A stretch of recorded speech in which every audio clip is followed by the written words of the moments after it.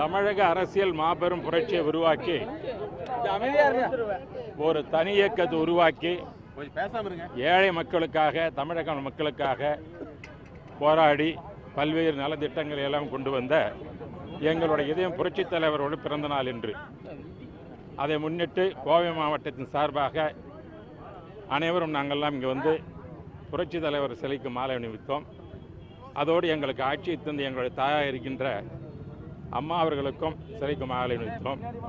எங்களுக்கு இவர்களுக்கெல்லாம் ஆசானாகிய பேர் அண்ணா சிலைக்கும் மாலை அணிவித்து நிகழ்ச்சியை நிறைவு செய்திருக்கிறோம். இன்னைக்கு முக்கியமான செய்தியாக ஊடகங்கள் வந்து கொண்டிருப்பது தமிழக முதல்வரை பற்றி கொடநாடு இஷ்யூ பற்றி வந்திருக்குது. கொடநாடு இஷ்யூ வந்து ஒரு புனையப்பட்ட ஒரு நிகழ்வு.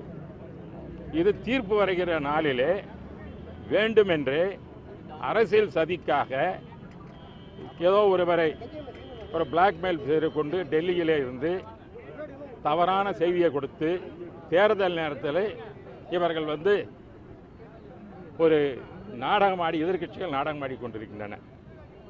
இதுதான் சொல்ல முடியும். இதாகவே இது ஒரு புனையப்பட்ட ஒரு நாடகம். எதில் எந்த உண்மையும் கிடையாது. தேர்தல் நெருங்கி வருகிறது, நாடாளுமன்ற தேர்தல்.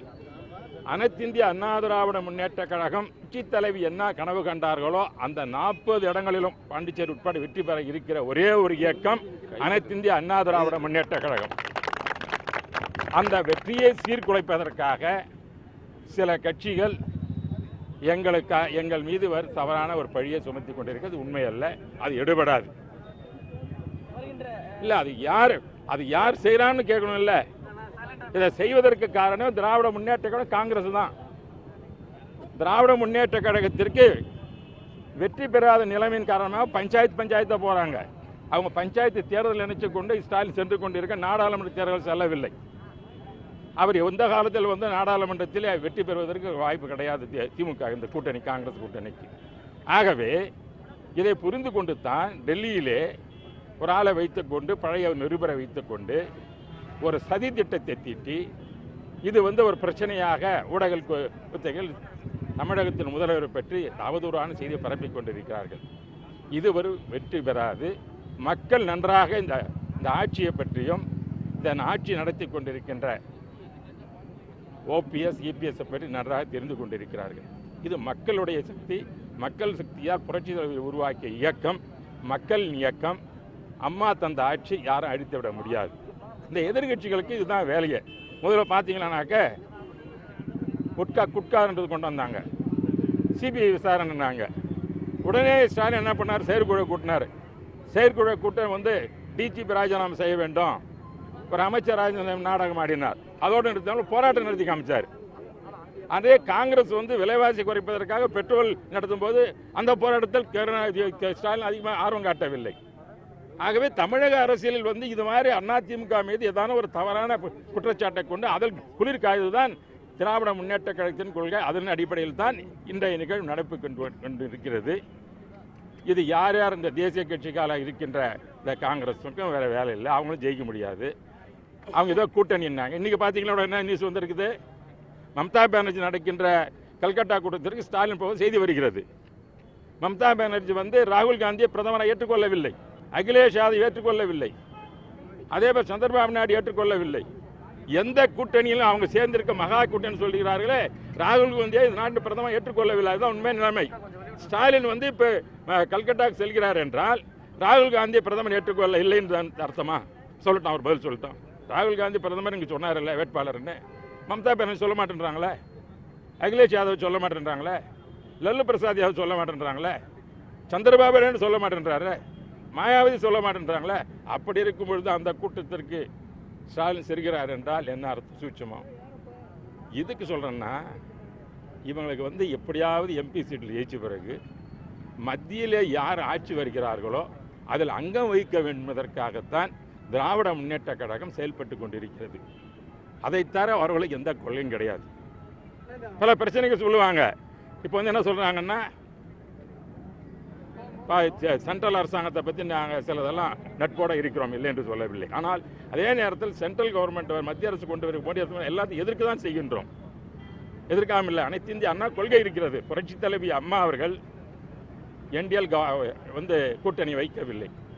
தனித்து போட்டியிட்டு வெற்றி காண்பித்தார்கள். 2009, 2011, 2014, 2016 அத்தனை தேர்தலிலும் அனைத்து இந்திய அண்ணா திராவிட முன்னேற்ற கழகம் எப்படி தேர்தலை அணுகியது என்பது புரட்சி தலைவி எங்கள் கற்றுத்தந்திருக்கிறார்கள். ஆகவே அந்த வழியில் தான் இந்த இயக்கம் சென்று கொண்டிருக்கிறது.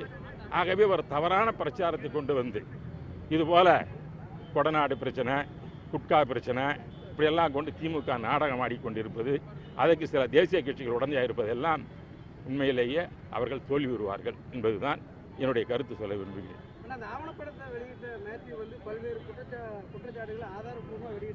ஒன்றும் கிடையாது. அவர் எந்த ஆதாரமும் அவர் வெளியிட்டு எதுவும் வெற்றி பெற்றது கிடையாது. ஒரு தவறான செய்தி. நான் தான் சொல்றேனே, இன்னைக்கு வந்து டெல்லி இப்போ வர வேண்டிய அவசியம் என்ன? அவர்களுக்கு வந்து அனைத்து இந்திய அண்ணா திராவிட முன்னேற்றம் வெற்றி பெறக்கூடாது. இதை வைத்து குளிர் காயலாம். நான் சொன்னது போல குட்கா விஷயம் வந்து இவர் செயற்குழு கூட்டினார். யாரு? ஸ்டாலின். எல்லாம் ராஜினாமா போராட்டம் நடத்தினார். அதே போல் இப்போ என்ன செய்யறாருனாக்க இந்த விவகாரத்தை கொண்டு வந்து தீர்ப்பு வரப்போது, கோயம்புத்தூர் தீர்ப்பு தர இருக்கிறது, இருக்கும்போது திசை திருப்புவதற்காக வேண்டுமென்று இந்த பிரச்சனையை கொண்டு வந்து போய் கவர்னரை பார்க்குறாரு, மனு கொடுக்குறாரு, பிறகு ராஜினாமா செய்யணும்னு கேட்குறாரு. இதே தான் ஸ்டாலினுக்கு எப்போ பார்த்தா ராஜினாமா செய்யணும். ஏன்னா இவர் வெற்றி பெறாத நிலையில் இவருக்கு அந்த வாய்ப்பே கிடையாது. அதுதான் பஞ்சாயத்து அலையிறாரு. போட்டோம்.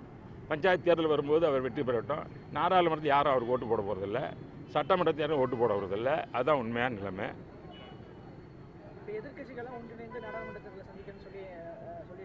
ஆமாம்,